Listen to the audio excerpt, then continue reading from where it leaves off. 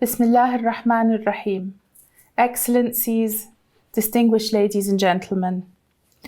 It is such a great honor for me to speak in the company of such an esteemed and committed panel.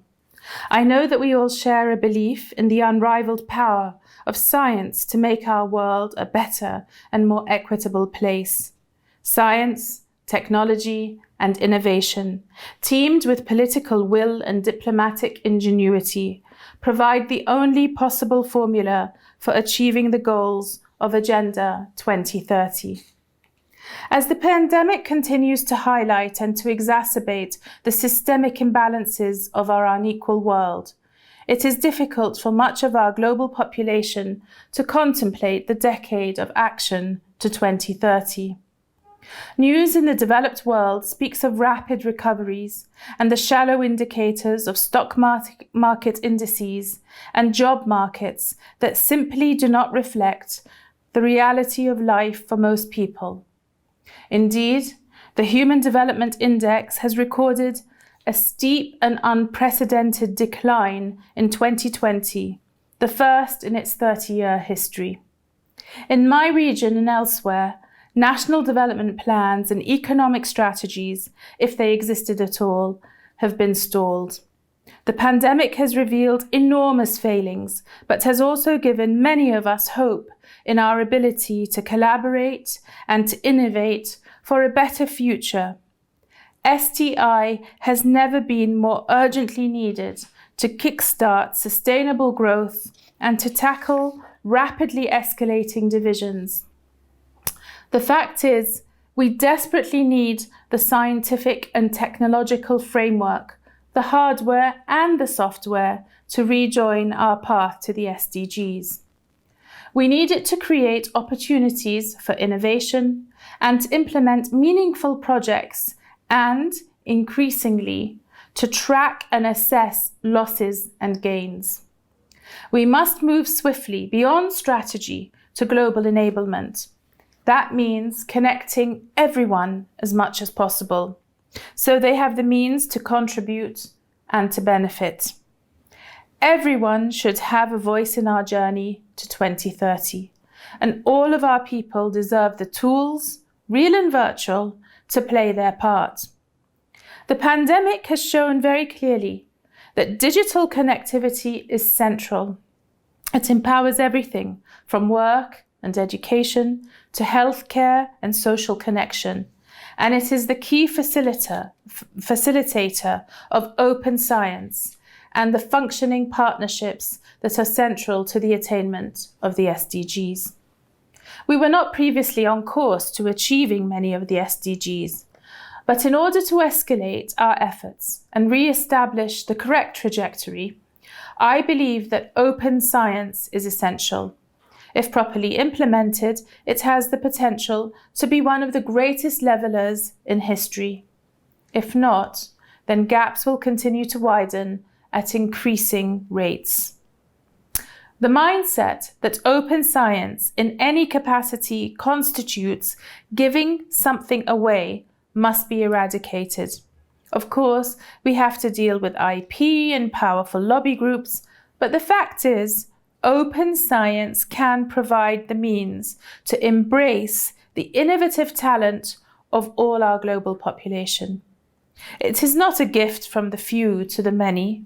It is the gift to unlock all of humanity's potential. We must ensure that we are communicating this to governments and industry and the wider public. Science has shone in our struggle against the pandemic, and we must make sure that it continues to do so as we approach 2030. However, the potential for scientific enablement is not equal for all our world leaders. My region and many others have a shocking absence of science advice mechanisms, which inhibits the ability to devise and implement innovative policy. We must make science policy strong and relevant, and we must make its delivery mechanisms right for each context. Of course, it is up to governments to align their recovery packages with SDG and climate targets, but we must ensure that the STI incentives capacity and policy inputs are available and in the public eye. Let the world know what the potential for real recovery and change is.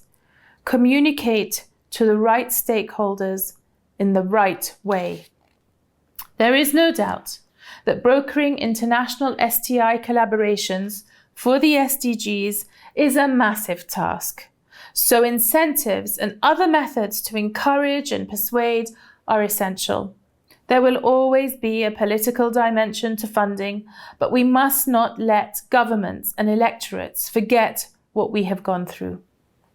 According to a flagship study by UNDP published in August this year, while COVID-19 may lead to severe long-term impacts, a set of ambitious but feasible integrated SDG investments could still help the world to exceed the development trajectory we were on before the pandemic. The report advocates when it calls on SDG push, involving a combination of bold policy choices and investments in governance, social protection, green economy, and digitalization. Science and technology are, of course, central to all of these. Your Excellencies, ladies and gentlemen, with a refocused commitment, we may yet deliver on the promises of Agenda 2030. We must place STI to the fore, and we must make sure that the lessons we are learning from the pandemic, the challenges, failures, and the successes are not forgotten.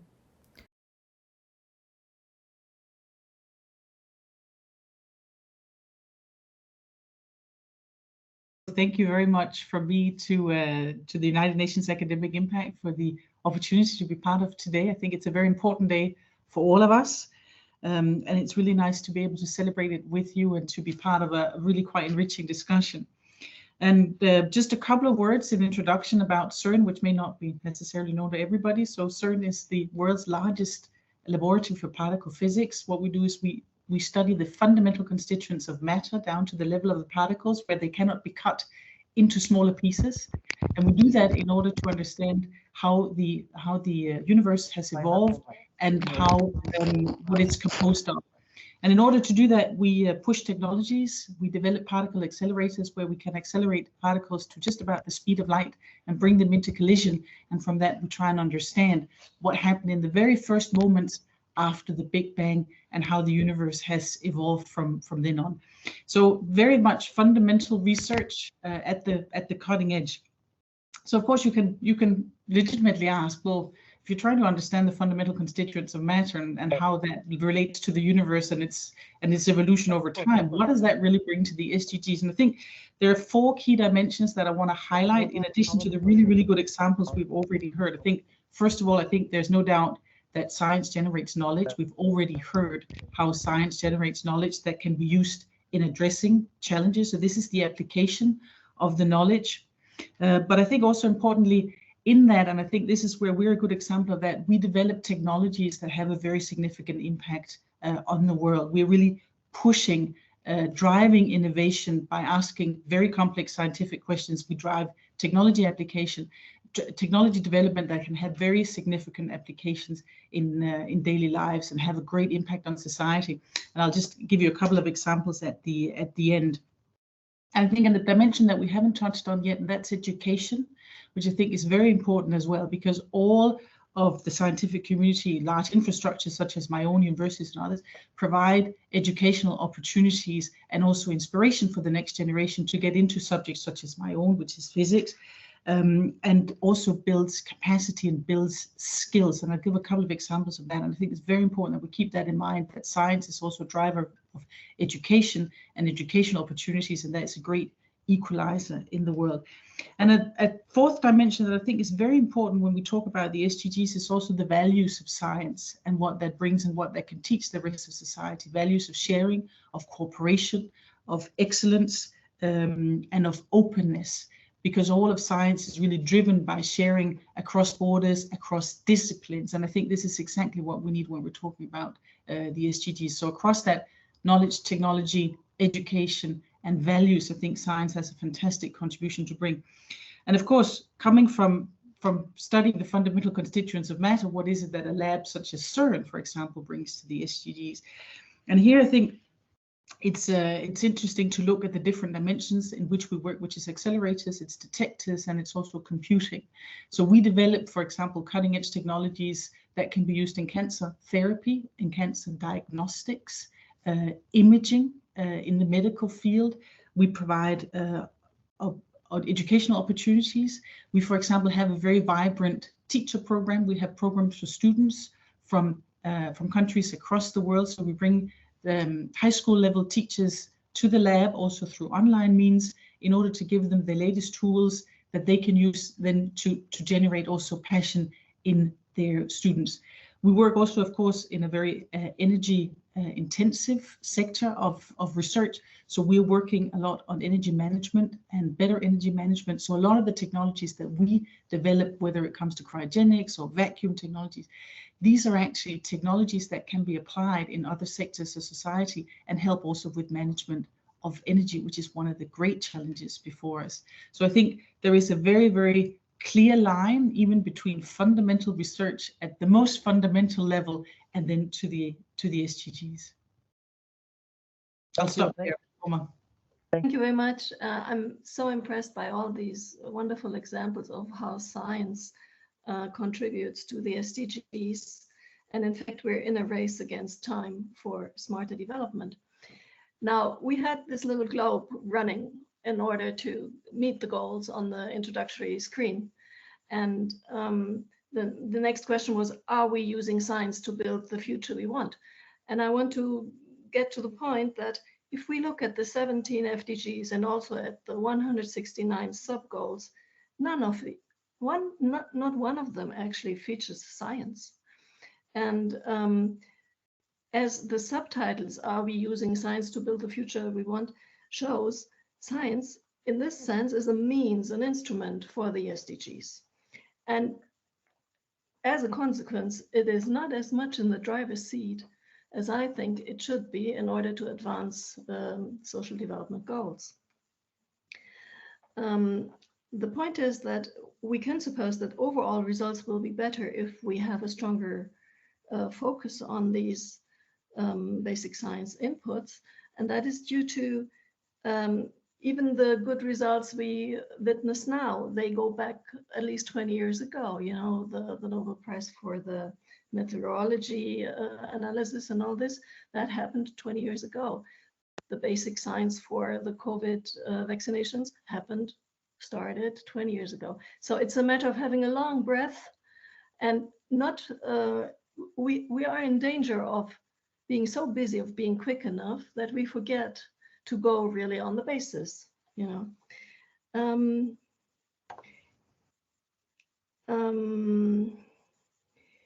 So it's a matter of getting into a game-changing process, into getting in a breakthrough results that really make a change. And in order to do so, we need to consider one thing which was recently also put forward by an IMF study. It came out at the beginning of October with the title, Why Basic Science Matters. And the point is that the composition of R&D is pivotal for success, and inventions can be paradigmatic shifts and breakthrough progresses. And they are a basis which spreads much more widely and remains relevant for a much longer time. And also, it has been shown in this IMF article that the spillover to emerging and developing countries is very favorable to this hypothesis, because the knowledge as such is spread. And what we need to take care of, and I guess we come to that in a later question, is how do we foster cooperations in order to make these spillovers then possible? And that would be a give and take, an interchange, which would give a real good drive to the SDGs. Thank you. Thank you very much indeed, Dr. Girat, for your Thank you very much for a very, very pertinent, but certainly not an easy question to answer. And I think there are many, many answers to it. I'm not necessarily sure that I have a clear and formed answer to what are the challenges and priorities, but I think there are some lessons that I think are probably important to take with us. And some of them actually pivot back, if you will, to some of the first answers. I think we have, of course, seen how the pandemic has brought science and scientists into the limelight in a way that they haven't been for a very, very long time. Suddenly, scientists have been in the evening news and on front pages in a way that I certainly have not seen. So there has been certainly an appreciation and an attention to science that we haven't seen for a while, which of course brings great opportunities, also responsibilities as well. So I think one of the great lessons of the pandemic is, and I think this comes back to what Christine was saying just before, the importance of investment in science over time. You cannot develop vaccines with the speed that was possible if you haven't invested in the infrastructures, in the people, in the technologies that are necessary. I think also what we have also learned, and which is I think one of the great lessons I think for the future, is the importance of multidisciplinarity. I think different scientific communities have come together in a way that we haven't seen in the past.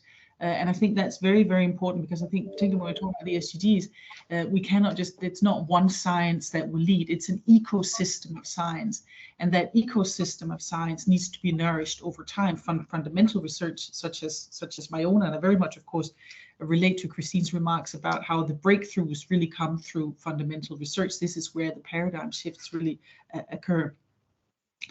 And I think also a particular challenge I think that scientists have had, and I think something that we need to look at going forward is the challenge of communication, and how to communicate well what we do, not just the results, but also the process and the scientific method. I think we've seen through the pandemic how politicians also look to science for certainty.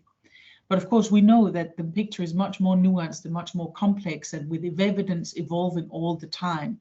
So communicating around the process also and the endeavor of science, I think, is very, very important, because that's also what builds trust over time. So in terms of the opportunities, I think there are many opportunities that now present themselves in terms of better connection across scientific disciplines.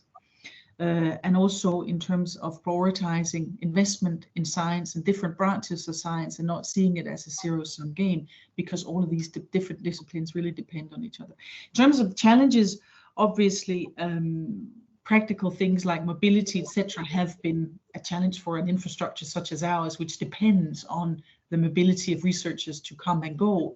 But I think we have also seen that with the ingenuity of technology, we have been able to overcome quite a lot of that. So I think there are many opportunities that have really been that come up now, and I think it's up to science really to seize them.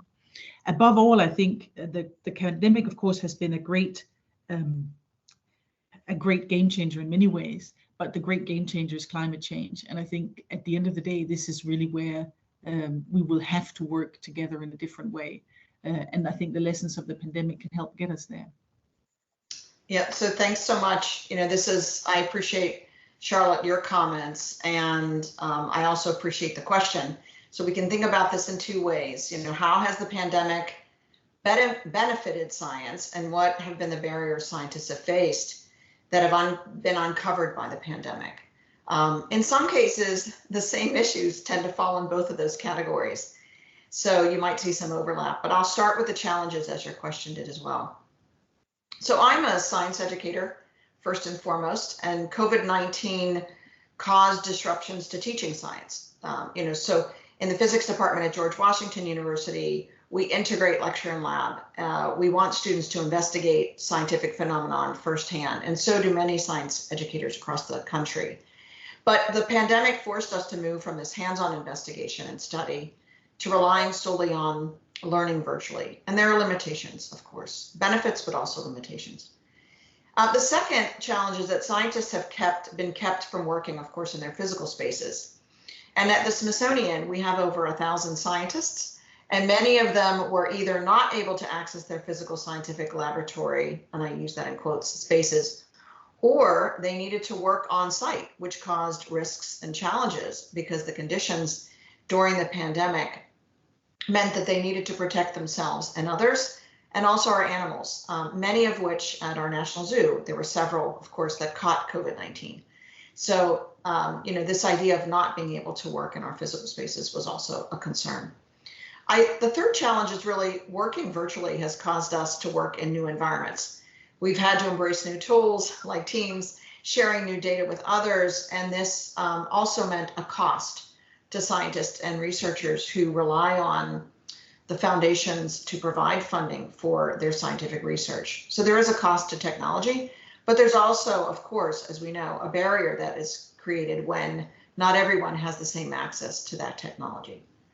The fourth is funding. We know that funding has been very unstable, and scientists rely on funding to be able to engage in scientific research. Some of that has been good. Again, challenges and opportunities often cross over one another, but the funding has been more unstable. Two more, the public trust in science, I think, has decreased. You'll see I will also say the public trust in science has increased. But one of the reasons that the public trust has decreased in science is because of the scientific changes. We are watching the scientific method live and in action. And many people in the general public may question why we say one thing about COVID-19 and then 3 or 4 months later we're saying something else. And they think it's because scientists don't understand what they're doing, the messages are mixed. Well, in essence, it's because they're watching science happen live.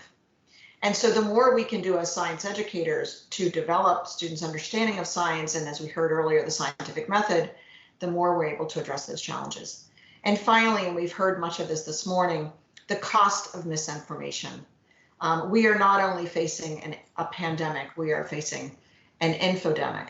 And so the more that we can do as scientists to not only educate the public and our youth, but also to not share misinformation is crucial. Even when we're saying, my goodness, do you believe that somebody wrote this and then we share it? Don't do that. That's exactly what people who write things that are considered to be disinformation or misinformation want you to do. All right, so now in terms of your second part of your question around the opportunities. So more science is being shared with the public, which is great, and much of that science is for public good. We heard that this morning. Second, we're open to sharing data with one another and sharing scientific outcomes with the public in real time, which is leading to more collaborative ways of working. Charlotte referred to this as the ecosystem of science. So suddenly we're now working with people across the globe that we may never have worked with in the past. Again, I said that the public is not trusting science, but the public is also now beginning to trust science. They're being exposed to it more broadly. They're seeing data more being shared broadly in the general media. And as a result, people know that they have to trust science. I would say also that there's more global cooperation. I work all over the world, and I've been sadly and also in great joy participating in more conferences than I've ever participated in before, giving more talks than I ever have because of the availability of these digital and virtual resources. Also, we have flexible work schedules because of the pandemic, which means that we're also able to work across time zones outside of our normal, whatever that might be anymore, business hours. And so we're able to collaborate internationally. I also think that because we're all experiencing common scientific experiences at the same time, scientific phenomena at the same time, we're able to also understand that science does not have borders. And also, of course, most importantly for me, the importance of bringing youth into the conversation of science. I'll end with just saying the priorities of science, as you noted, have changed. It's no longer something that only scientists should participate, but citizens and youth and communities. We all have to understand science. There is a priority of ensuring a public understanding of science, how we communicate science, as Charlotte noted, but more importantly, how we listen. We have to pay attention to communities about their concerns, whether it's about the pandemic or vaccines, about climate change, but also to understand the misunderstanding of science. And so the reliance on institutions like museums, like the Smithsonian, as trusted institutions, we also have to engage in, as Charlotte said, those ecosystems of communicating and collaborating with one another.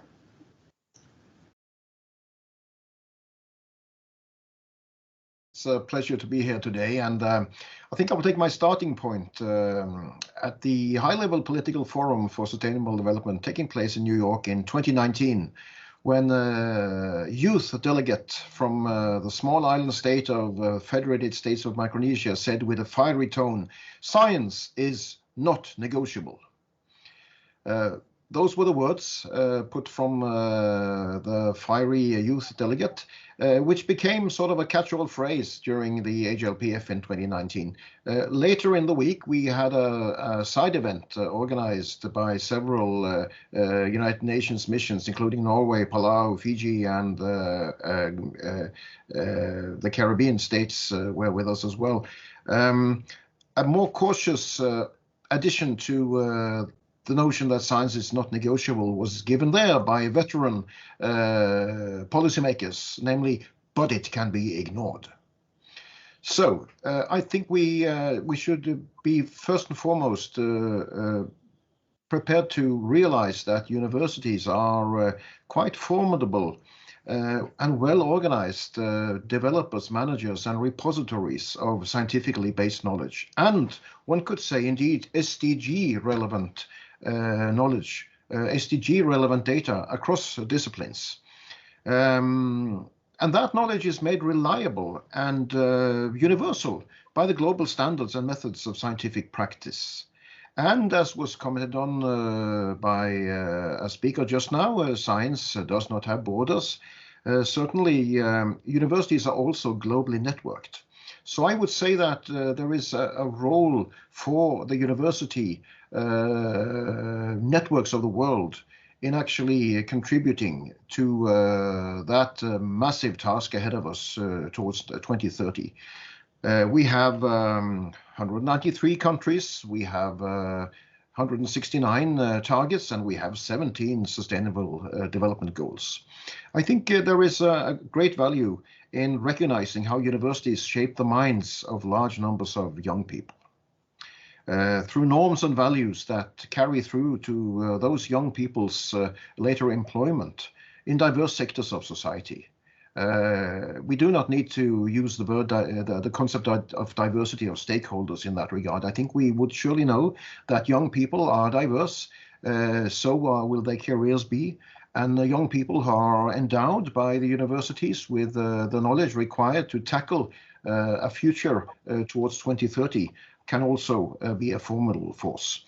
Maybe universities accomplish this production of knowledge to a more influential degree than any other sector of society.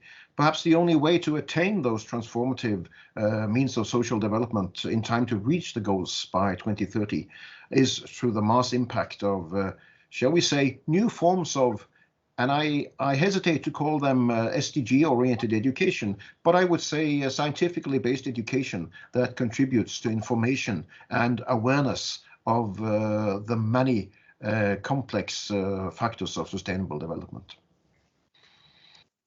Well, hello everybody. Good morning, good afternoon, good evening. Yes, I would like to make a first point that when we talk about international academic cooperation to boost the SDGs, it's important between North and South, obviously, but also between countries of the South. And I'd like to say a few words about cooperation between countries in the South in particular. Obviously, they share often common climatic, environmental, socioeconomic conditions, so they can experience the same problems, and obviously they can have this common research interests. And from the UNESCO science report, we know the report only came out this year, so the data are recent. From the UNESCO science report, we know that more and more countries are collaborating with other scientists within the same region. And just to give you a couple of examples, Kenya and Uganda now count one another among their top 5 scientific partners. You can say the same for Indonesia and Malaysia. And in Latin America, the same is true for Argentina and Brazil.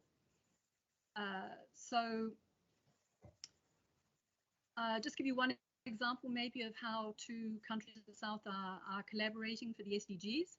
This is one example, obviously, it's not exhaustive, but in January 2020, the Mauritius Research and Innovation Council signed a collaboration agreement with South Africa's Technology Innovation Agency.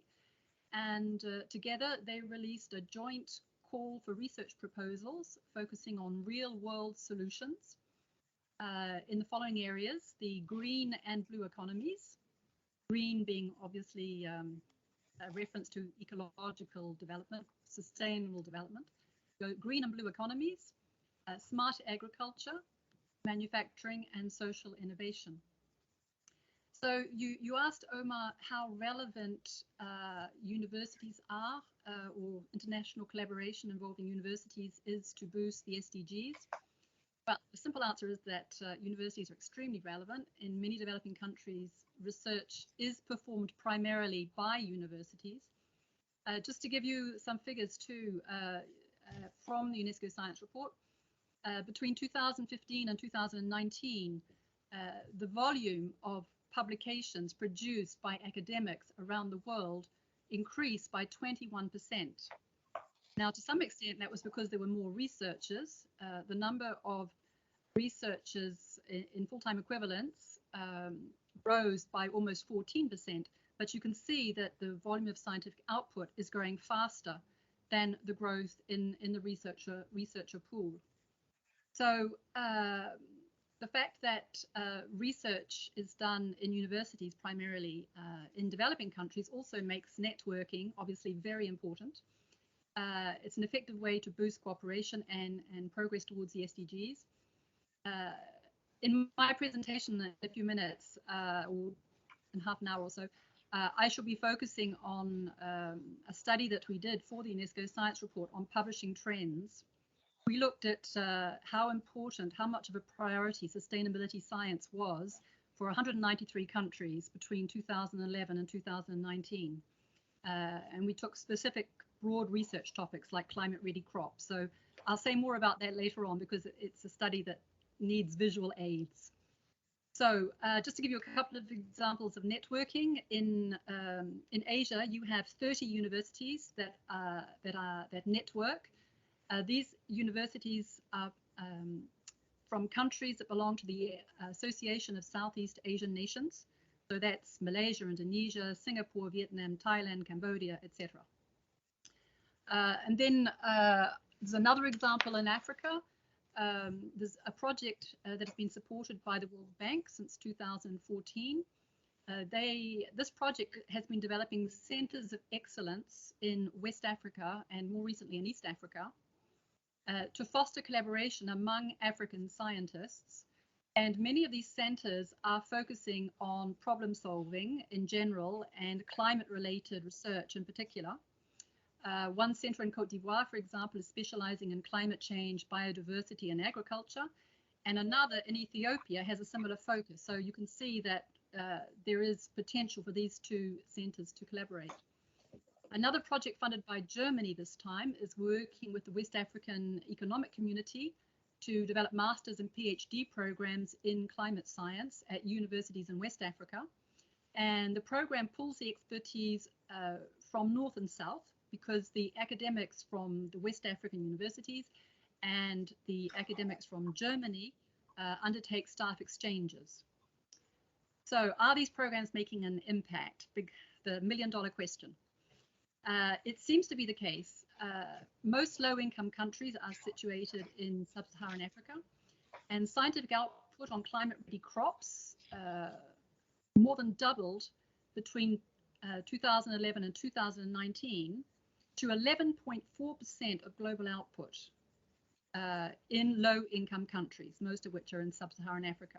So we've seen a development in networking between universities, a development in research programs in climate science, PhD and master's programs in climate science, and you're seeing a very strong increase in research on climate-ready crops. So there is a cause and effect link here.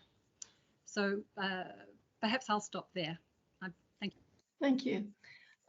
When I think about this topic of international academic cooperation, what comes to my mind is that, for one, it's about sharing. It's about sharing the knowledge we have, and luckily, knowledge is shared much more easily than goods. And frontiers cannot be as effective as they can be against goods, as they can be against knowledge. And then it's about strengthening the infrastructures which are necessary. And I mean this in a reciprocal way. It's as long as we don't understand enough about how other people do their science and what the conditions are under which science is done in different places, we cannot cooperate, actually. So let's do programs and let's do exchanges which foster especially that. And one of the main obstacles I observe is that even if there's the willingness to do this kind of cooperation, often there is, I would denominate it a financial barrier, because we have these local funds for fostering science paid by, let's say, the German taxpayer. And if we try to put some of that money, take some of that money and invest it in infrastructures which are not in Germany, that is not easy. And that is something which has a cross effect with the SDGs on the financial situation worldwide. And that is something which I think we should focus more on. And also,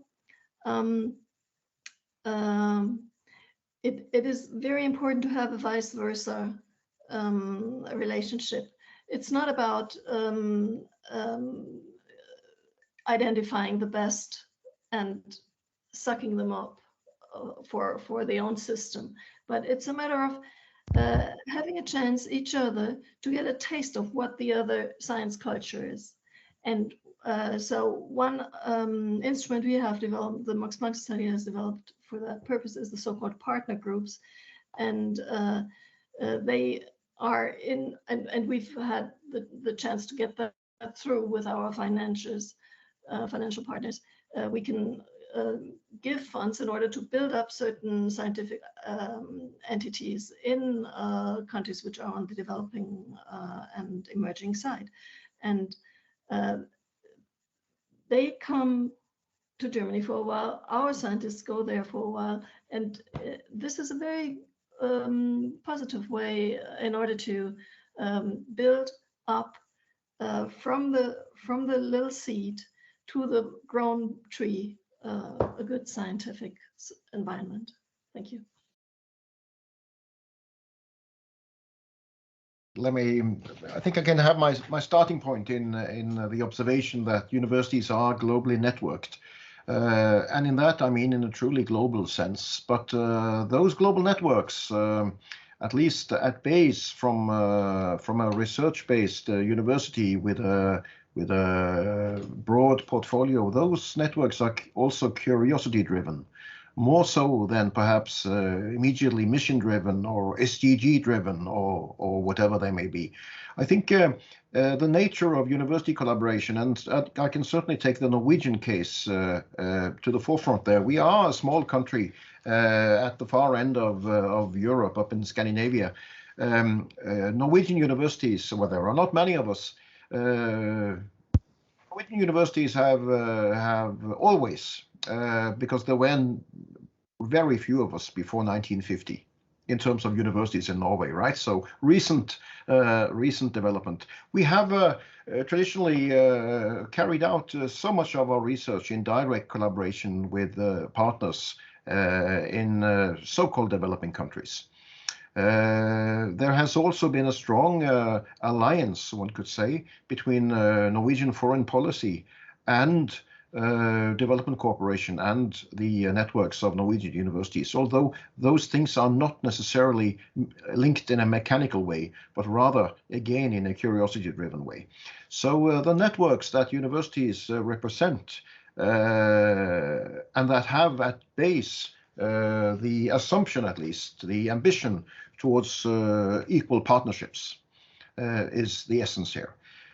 I have a favorite quote from a friend of mine, the former Samoa ambassador to the United Nations, who always said that the definition of a partnership is a relationship in which no partner is subservient to another. That is a clever argument, and I think we should always be mindful of the equality that we strive at in inter-university collaboration. Let me give one example from my own university, and it is also from the research that I myself have been involved in for ages now. It's kind of the axis between Norway at the far end of the world and the Pacific Islands at the other end of the world.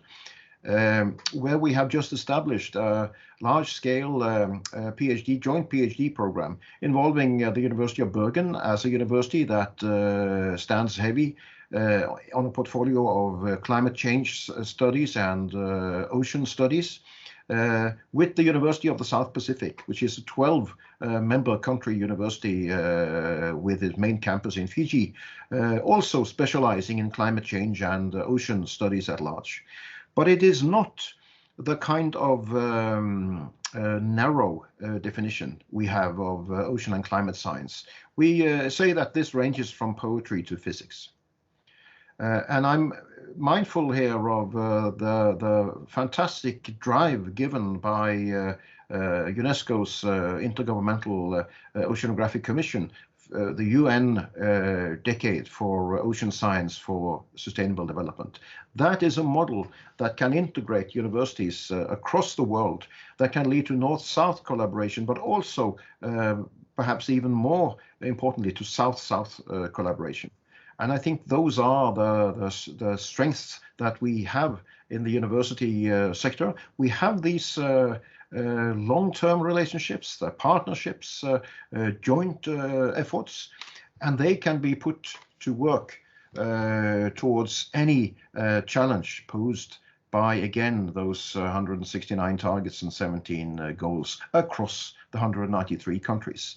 So I think partnerships on an equal footing in any conceivable discipline, also transcending disciplines in a true interdisciplinary way, also then reflecting the nature of the 2030 agenda, would be the order of the day. Thank you. Thanks a lot, Omar.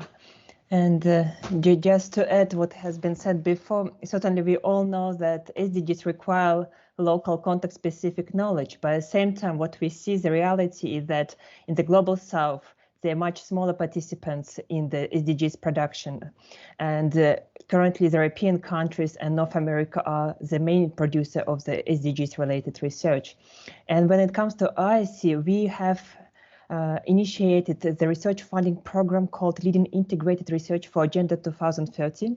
This is a research funding program that supports African early career scientists across the continent to undertake SDGs-related research on across African cities. So far we have 28 projects funded across Africa, covering 22 countries.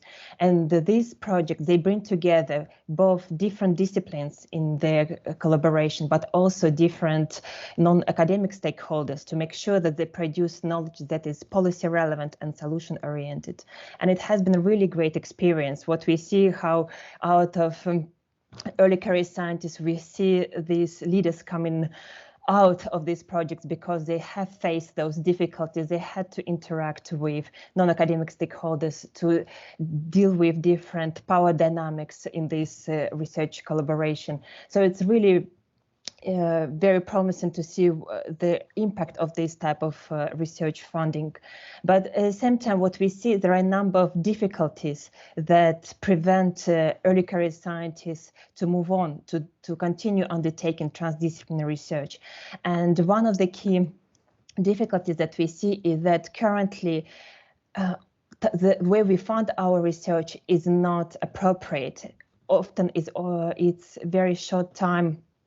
It's focused on short projects, while what we see that transformative changes require long-term funding, and that's why science funding needs to evolve. It needs to become more longer term funding, and we need to move away from short-term projects, because if we do want to witness these changes, we need to support projects over a longer period of time. And knowledge products needs to be the start, not the end of research project. So this is one point that I wanted to make. And then secondly, that it refers to the issue that Dr. Gersan mentioned about international research collaboration. Currently, what we see, there are very few opportunities for truly global collaboration. What we see, national science funders mainly fund researchers in their countries and very rarely allow scientists from the global south to participate on the equal basis. Often these institutions in the global south are supported only for data collection, and it's certainly not appropriate given the urgency of SDGs and that for these regions, and that we need to provide opportunities for scientists in the global south, not just to collect the data, but to lead these projects, to define their research agendas and implement research. So, and we, under the initiative of the Global Forum of Funders, we are trying to raise these issues, and certainly the recognition of this challenge is growing, and science funders are becoming more open to try to address this issue and try to build the global, truly global scientific cooperation on SDGs. Thank you, everybody. Well, other speakers have already made the point that scientific communities are not born overnight. They need to be nurtured. One example of this is Brazil. It has developed in recent decades expertise on tropical diseases. And so when the Zika epidemic struck in 2015, and brought with it a new symptom of microcephaly, an abnormally small head, which caused brain damage. The Brazilian scientists were able to develop expertise in this new area. They were very reactive. Just to give you one statistic, by 2018, Brazil accounted for 1/4 of all scientific articles on Zika and microcephaly. Brazil was second only to the USA for this. Now, why were American scientists publishing on Zika and microcephaly? Well, that is because the Zika virus has also migrated as far north as the USA. So this brings me to the second point I wanted to make, and that is that this can be a win-win situation. We can learn from each other, and in the decades to come, with climate change, warmer temperatures are enabling some pathogens that used to be limited to tropical zones to extend their range. So a warmer world will not only be a sicker world, it will also be a world in which developed and developing countries are confronted with some of the same pathogens. So it makes sense. It's a rational argument to say that developed and developing, we have to narrow the gap between developed and developing countries in science. It's a win-win situation. There are many areas where we could come up with solutions more quickly if more people were working on the problem. We need more efficient energy systems. This has already been mentioned. We need ecological alternatives to plastics. We need climate-ready crops, and so on. Now, one impediment to information sharing at present is the fact that only about 30% of academic publications related to climate change are not locked behind paywalls. So this means that scientists in developing countries who cannot always afford to access vital information for their research are being penalized.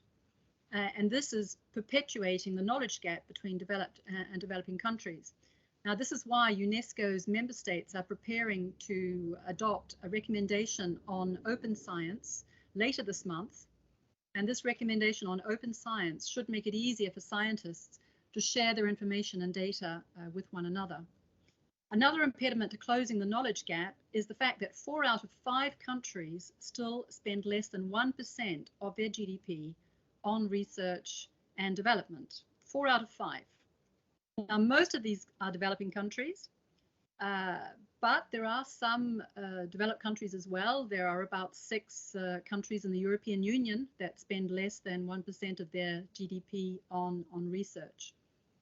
And these are findings from the UNESCO Science Report. So I mentioned some schemes earlier that have been designed to strengthen research in African universities. One vulnerability is that these schemes tend to be very dependent on donor funding. In 2017, the African Academies of Science, university rectors, and heads of research institutes in Africa, they appealed to African governments to create an African Research Council to ensure sustainable funding for African research. To my knowledge, this hasn't happened yet, but there has been another recent development which is encouraging. Governments in East Africa have created a regional research and technological development fund. Each year, these governments in East Africa contribute to this fund via their national science bodies.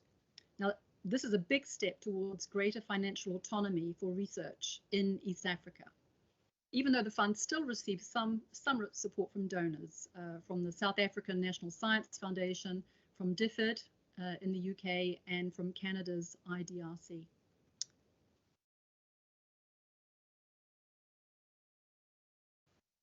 Yeah, thank you so much, Amar.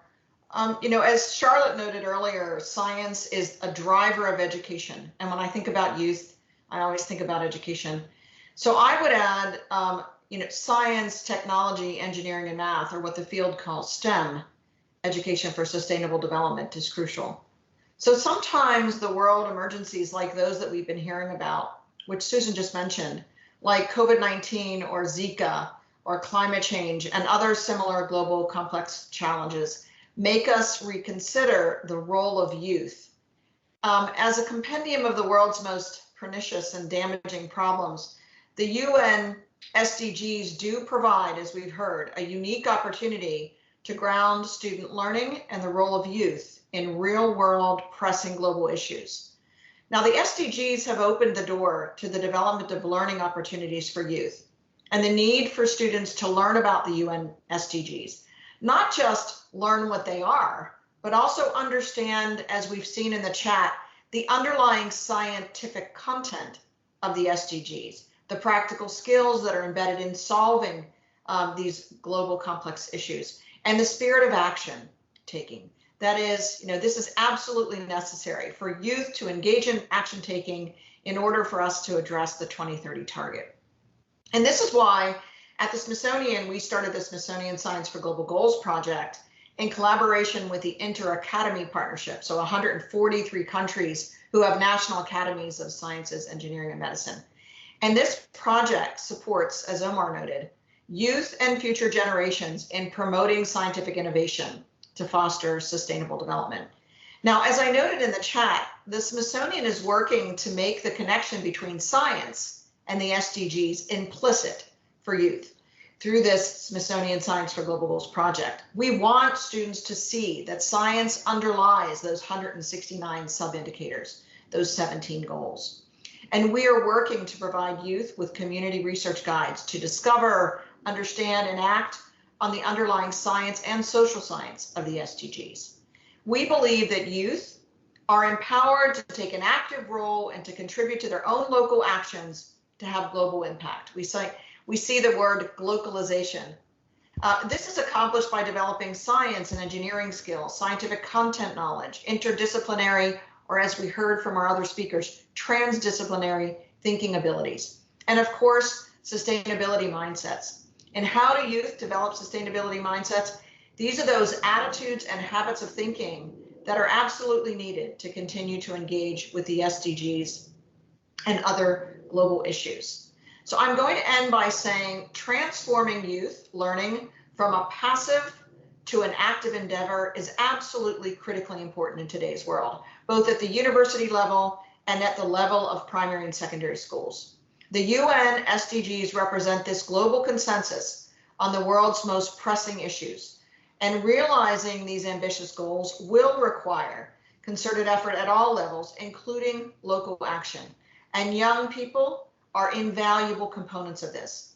Their learning experiences should be both informing and inspiring them as both current and future change makers. So the Smithsonian Science Education Center, where I direct, we are committed to the goal of inspiring young people to take informed and sustained action to help address the SDGs. Gira, you have the floor. Thank you, Omar, and I just want to note that I'm very happy to be part of this panel. Absolutely second and concur with everything that Carol has just mentioned about the importance of youth in advancing scientific innovation and really actively leading and helping lead sustainable development efforts. And so I have a few examples to share about ways in which NASA and also international initiatives that NASA is involved with are supporting such engagement and promotion of youth and also early career professionals in this regard, and also perhaps some suggestions and food for thought for other things that can be happening to further enhance this role. So a few examples first. So one example is through global challenge programs. And so at NASA, for example, we have the International Space Apps Challenge, which is an international hackathon where teams from different schools, universities, or from academia, as well as other organizations are getting together across the world to help develop solutions leveraging data from NASA, and more recently there has been a collaboration across 10 in total space agencies across the world. And so all these agencies are providing data and resources to globally available to these participants to develop technical solutions. And also what's happening during these hackathons is there are teams that are being developed, and there are also subject matter experts from government-funded institutions as well as from governments, or from NASA and other space agencies, that are contributing their experiences and expertise, help identify resources, brainstorm with teams about technical solutions, and also advise the teams during the hackathon, a 3-day period that occurs every year on these solutions. And so this is a very multi-directional opportunity for learning, and it also provides opportunities to influence curricula as well as career pathways and decisions. We just completed the recent 2021 Space Apps Hackathon, and among the challenges we always have sustainable development goal specific challenges. This year the challenge was focusing on leveraging satellites and also drone information for supporting urban development solutions, and we got some very exciting projects in response to that. So we're in the process of highlighting and recognizing some of these solutions. Another example is through a global awards program. And so one of the initiatives to promote Earth observation uses for sustainable development goals that NASA co-leads, it's an international initiative, is the EO for SDG, or Earth Observations for Sustainable Development Goals initiative from the GEO, the Group on Earth Observations. And so as part of that, we've established an SDG awards program that occurs annually to recognize and also help share innovative approaches in leveraging Earth observations for sustainable development goals. And so this year, for the first time, we have an SDG global mention for inspiring hope for youth, and that will be announced later this month. So that's just one other example. And then we're also looking at engaging with networks, for example, the Sustainable Development Solutions Network Youth, to help provide a platform for innovative ideas from particularly the youth, and also enable financing capabilities so that these ideas can be implemented. And so we're looking at collaborations with such organizations and programs like the Local Pathways Fellowship program that they have. And so in addition, what I wanted to, and just end my comments here, I wanted to highlight that it is important also from the academic network and the university's viewpoint and the research community as a whole to consider what may be additional incentives that academia and the broader research community may want to provide to help recognize and also reward youth, young students and scientists that are interested in and are also helping accelerate the pace of discovery and applied science-based solutions in support of the SDGs. And so we've heard a lot about scientific publications and cited research, and that is very important. But what may be additional metrics and rewards that can be offered to help recognize applied research that delivers impact and helps drive our science innovation in support of the SDGs. And so thinking of examples that help highlight such work at the individual level and to encourage youth, but also examples that help recognize and also help identify additional resources for programs, departments, or universities that are doing that would be an important way forward if we want to accelerate the involvement of youth, particularly in sustainable development goals and science solutions. There are more examples that I had here to share with you, but I'll stop there and happy to talk offline. I'm happy to give my information and also answer questions. Thank you. Okay, so global trends. I'm not going to present the entire science report. It's over 700 pages, and that's not with the statistical annex. So I'm going to spare you a long presentation and a coverage of all the themes. I'm going to focus on science for the SDGs and what the global trends tell us. So the report reveals that development priorities have aligned over the past 5 years, and that countries of all income levels are prioritizing their transition to both green and digital societies. And they're doing this in parallel. And in some cases, these priorities are overlapping. Smart grid technologies, for instance, use digital technologies to improve energy efficiency. So in this graphic, I wanted to just provide some contextual information. You can see here that research spending rose in all but 2 regions between 2014 and 2018. And the 2 exceptions were Central Asia and Latin America. Latin America has been suffering since the end of the commodities boom. And so the drop in economic performance has led to a drop in research spending in the regional heavyweights of Argentina, Brazil, and Mexico. But the good news is that 32 countries raised their research spending by at least 0.1% of GDP between 2014 and 2018. And you can see that another 13 actually spent less than their spending dropped by at least 0.1%. So Asia now accounts for about 46% of global research spending. And the G20, which accounts for 2/3 of the global population, now still accounts for 9/10 of global research expenditure. This is not to say that low-income countries, lower middle-income countries are not spending more, but the weight of expenditure is still in the large economies and in the north. So it's not really showing up very much in the global statistics. So now I'm going to move on to the next slide. I'm going to show you some slides which summarize the findings of an original. Omar, can you move to the next slide, please? This is called modest growth in research, SDG 3, right? The 3rd slide, yes. Oh, the 3rd line, okay. Yeah, thank you.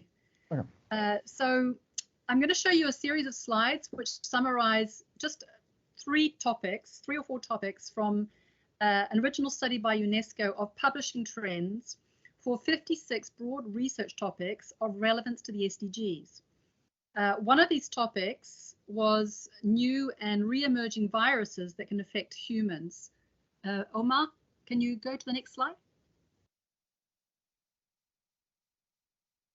Our study covered the years from 2011 to 2019. So our study does not include COVID-19. I can still see on the screen, maybe it's my screen that's a problem. I can still see, there it is. Okay, so SDG 3, health. So we looked at this particular research topic, new or emerging viruses that can infect humans. As you can see, this topic occupies a fairly modest row when it comes to its share of global publications, less than 0.3%.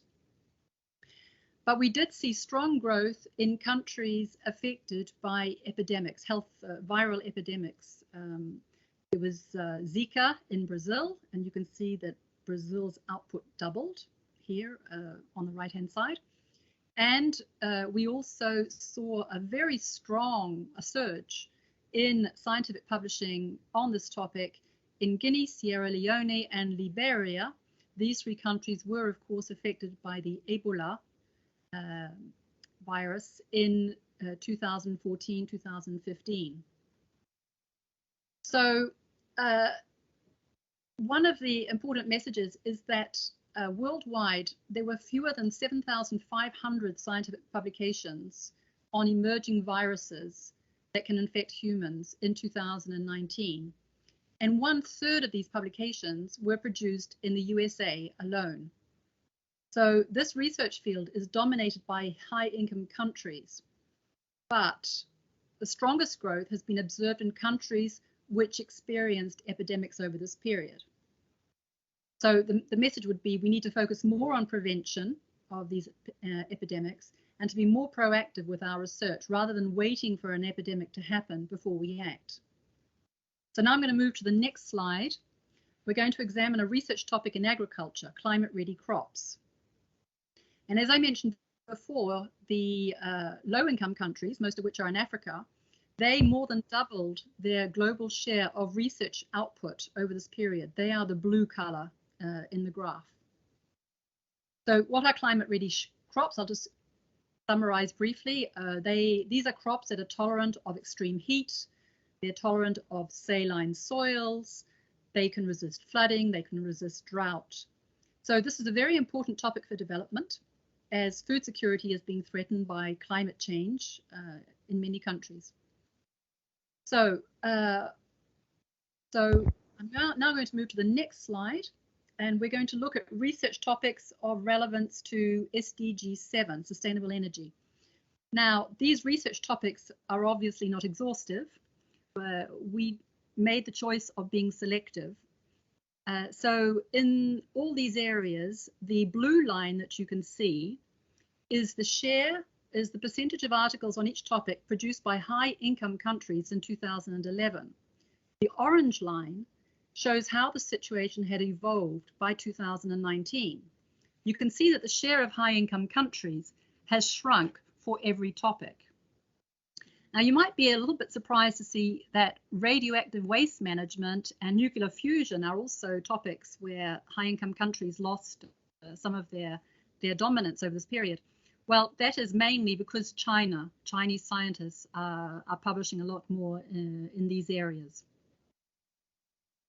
And you will see also that high-income countries are now producing only half of academic articles on photovoltaics and smart grid technologies. In 2011, they published about 70%. So this shows you that developing countries are developing a strong academic interest in sustainable energy and more broadly in sustainability science. And we found that although the developed countries still dominate in terms of volume for sustainability science, proportionately, developing countries were actually publishing more than the wealthier countries on sustainability science. So now let's take a closer look at global output on photovoltaics, which we'll see in the next slide. Now here, it is middle income countries, which you can see here in yellow and green, that are publishing a much bigger share of scientific articles on photovoltaics than beforehand.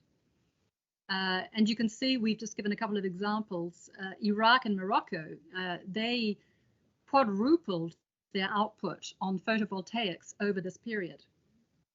And if we move to the last slide, this is another energy topic. We see a similar picture for smart grid technologies. Here, middle-income countries are increasing their global share of scientific output. You can see they tripled it from 5% to 18% between 2011 and 2019. So to sum up, these trends tally with the growing policy priority being accorded to renewable energy in many developing countries. Morocco established a green energy park in 2017, for instance, which has specialized specialist laboratories in renewable energy. So these trends bode well for the future. They show that sustainability science is a priority, a growing priority for researchers in developing countries. This suggests that the knowledge gap could shrink in the coming years, together obviously with efforts to network universities and other initiatives. This suggests that the knowledge gap could shrink as long as more countries manage to overcome their chronic underinvestment in research. Well, with that, I shall wrap up my presentation. Thank you for your attention. Well, thank you very much, because I think it's actually a very, very pertinent question, and I'm glad that it came up in the chat.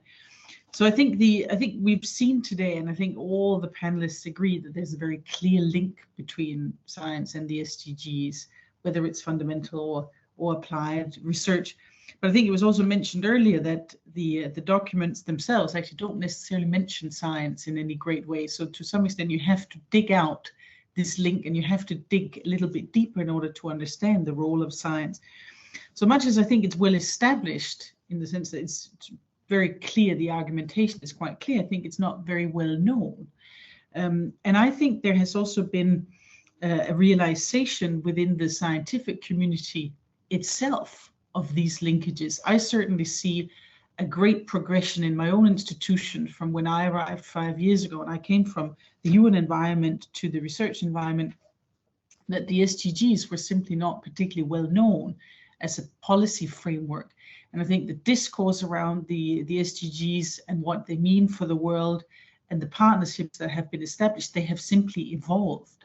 So I think scientists themselves are becoming more aware and are beginning to understand that this is also an important tool for them to make their science better known. So scientists themselves are beginning to make those linkages and to communicate much better around how their science has an impact on the SDGs. And I see this certainly within the scientific discussions that I'm part of, but also more broadly. So I think there's also a deepening of the connections between the multilateral fora and also the scientific community. I think the academic impact here serves also as a bridge in that context. But I think you're absolutely right to point out that this has been a learning curve, I think also for scientists themselves. And I think it's very, very important that we're conscious also of responsibility in this connection to communicate better about the linkages. Thank you very much for this summary. And let me also note a particular thing about the SDGs. They are processual. They are not just the 17 goals, but we know, and we mention oftentimes, the 169 targets. The targets themselves are ordered into sometimes bewildering, sometimes more logical system of gradual, and the concept is really interesting, isn't it? Maturing, they mature. Some targets mature in, say, 2023. Some mature in 2024. Others have are already supposed to have been matured, and some are even supposed to be attained by a certain year. So I am just reminding us as scientists that somehow one can find the specific paths for scientific inquiry and indeed also criticism in the level of targets, sub-goals. Just like to remind us of that, and also that we are tasked there with actually seeing the accumulated knowledge needs that need to be built before another target can be attained.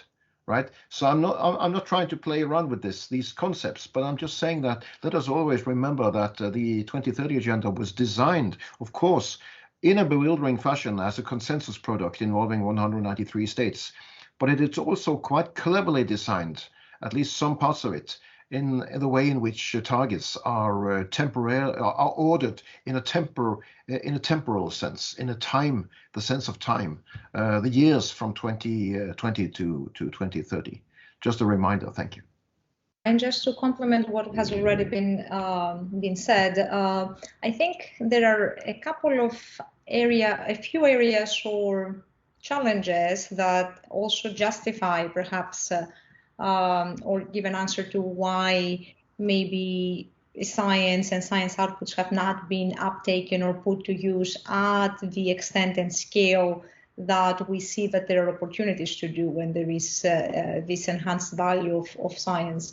And so I think one of the main issues or challenges has been the availability of fit-for-purpose science outputs and data sets that can really be leveraged by communities and stakeholders, countries, or city-level authorities and urban planners to understand change and then leverage that in a way that is informative and digestible enough to be able to build better plans to understand how changes or accessibility to a particular road or bridge may affect a village, a community, a town. And so we've been working on developing more such ready-to-use products and data sets. But that is something that I think we need to recognize and to understand that it is something that there is more that needs to happen, and that more and more there has been a lot of progress in that front, and that has involved also working with end users and co-designing with end users such ready-to-use products that leverage information from science, but also leverage local knowledge and information.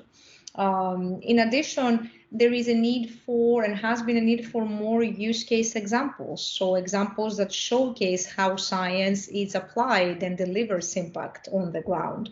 And so more and more we have been working also toward that front. I shared some links earlier about how NASA's Earth Science Applied Sciences program and also this international initiative EU4SDG have been working to demonstrate and also help share use cases where organizations, cities, nations are applying science and science outputs to monitor and also address specific challenges. And I think, and then there is the capacity, right? So there is certainly a diverse level of capacity. We talked a lot about north and south and north to south and south to south collaboration. So there are different levels of capacity to uptake and to also be able to leverage the science that is out there. And so there is more that needs to happen in that front for the science to be able to really be leveraged at scale to inform the SDG framework. And there may be other things, but these are just three that I wanted to highlight.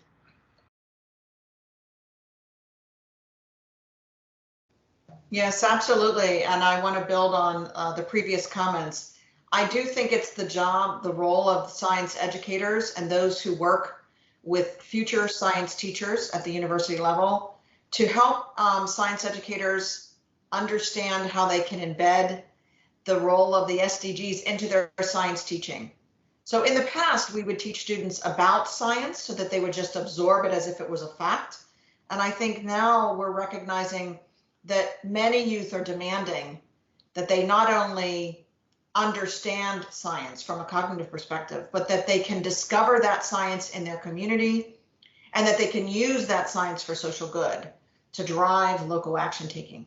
And so I do think that's the role of science educators, and the Smithsonian Science for Global Goals project is designed to provide free resources to educators, to university faculty who work with future teachers to help transition science teaching from its traditional sense to a way where we can use our communities as our laboratory to address these complex global socio-scientific issues, which are embedded in the SDGs. We help to make that science explicit, and it's important for all of us to do that.